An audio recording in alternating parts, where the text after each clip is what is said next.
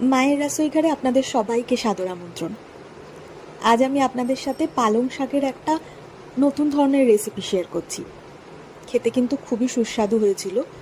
রুটি বা পরোটার সাথে এই রেসিপিটা খুব ভালো চলবে। বাড়িতে অবশ্যই ট্রাই করে দেখবেন। আর আপনাদের কাছে আমার একটাই রিকোয়েস্ট, যদি আমার চ্যানেলটা ভালো লাগে, যদি আমার রান্নাগুলো ভালো লাগে, প্লিজ আমার চ্যানেলটাকে সাবস্ক্রাইব করবেন, লাইক করবেন আর